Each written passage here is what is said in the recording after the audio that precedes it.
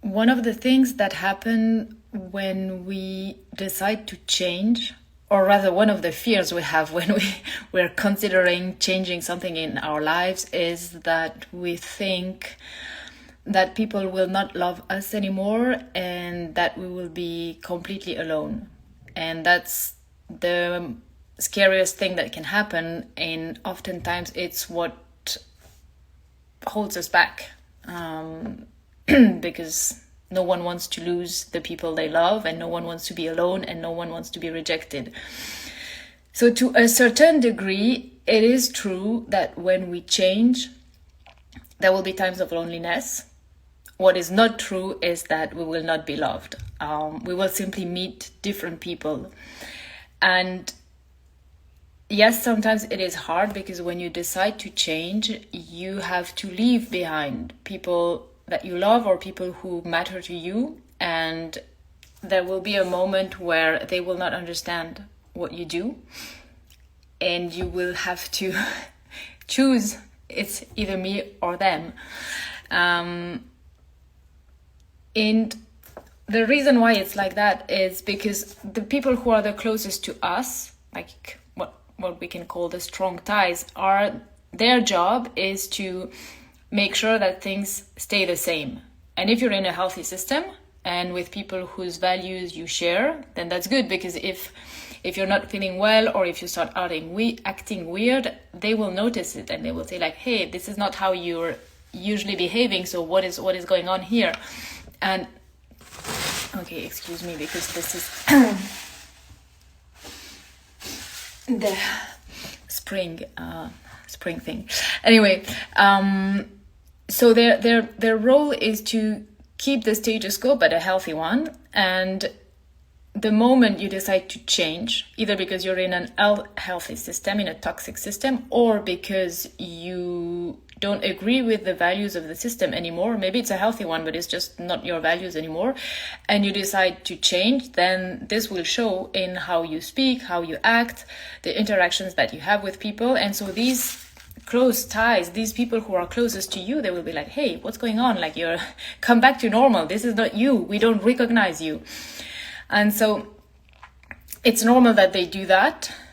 And it's also your right to ignore what they say and choose yourself. It doesn't mean that you have to reject them or be rude or whatever. You can explain, okay, I'm exploring other things in my life. I don't relate to this anymore, or this doesn't feel good anymore, but now I'm more interested in this and that. You can explain and see if they can follow you, if they are interested in that.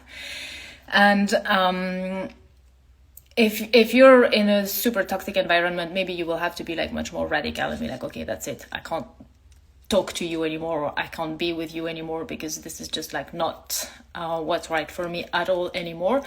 But it's normal that they try to, or not that they try, but that they are surprised with what is happening. And in those moments, if you feel lonely because you feel that the gap between your choice and their choice is getting bigger and bigger, and you have the feeling that you will not be able to reconcile this, which you don't know, because people change, everyone changes, and you don't know. Maybe they don't understand what you're doing right now, but in 2 years' time they will understand, or maybe in 20. Okay, that's my battery.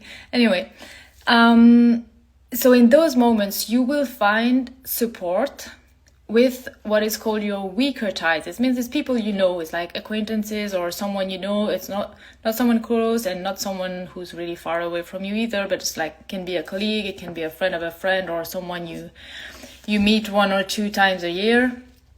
And these people, because they don't have the same emotionally charged bond with you, they will be much more open to say, oh yeah, you're trying this looks cool, or how is your experience with this or that, or oh, I know someone who's doing this, maybe you should talk to them. So they will be much more supportive, just because they don't have as much skin in the game as the people who are closest to you. So their job is to support you in going to other direction. So each group is doing its job. The people who are close to you, they are doing their job, which is to check if everything is okay, and to say, well, it was working well. Is everything okay, or do you need our support? And if you're in agreement with the group and all that, you will be happy that people check on you and see like what is going on, because maybe you need support. And if you're changing, then it will start feeling a bit uncomfortable.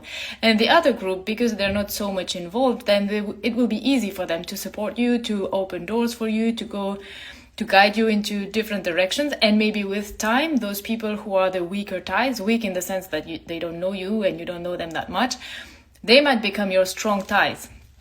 And then they will do this job of keeping things and making sure that it's solid and that it's like reliable and trustworthy, and that you're taken care of. And sometimes where the challenge is in the transition from one strong tie group to another one. And in these moments, you have to check within, like, remember yourself. Why am I doing what I'm doing? Does it make me feel good? Does this change is what I want? Even if it's uncomfortable, even if it's painful, sad, anything, but do I feel in my body that it's right for me? And you will see most of the time the answer is yes, because otherwise you wouldn't be doing what you're doing. And if you start looking at people who you don't really know that well, then they will most probably be the people who can give you support. And also, of course, you will meet other people on the way, that's for sure. But losing people on the journey is also a normal, natural thing that happens. Even if you're not in a deep, radical change, there are people who were your friends at some point in your life and now you don't see them anymore, or not that often. And it's just a cycle and it has its own rhythm, and there's nothing wrong with that. Sometimes it can be sad, but it's part of this growth and expansion. Some people, you will meet them again later because they're going their own path, and then at some point you're just finding yourself again in the same place.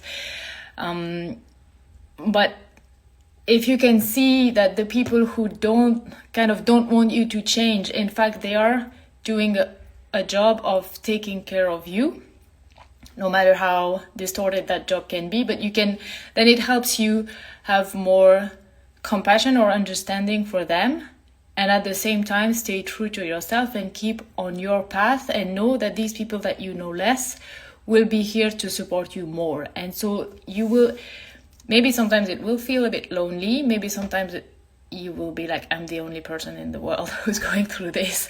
We all have our own unique experience, but you will notice that there are other people who can relate to what you're living.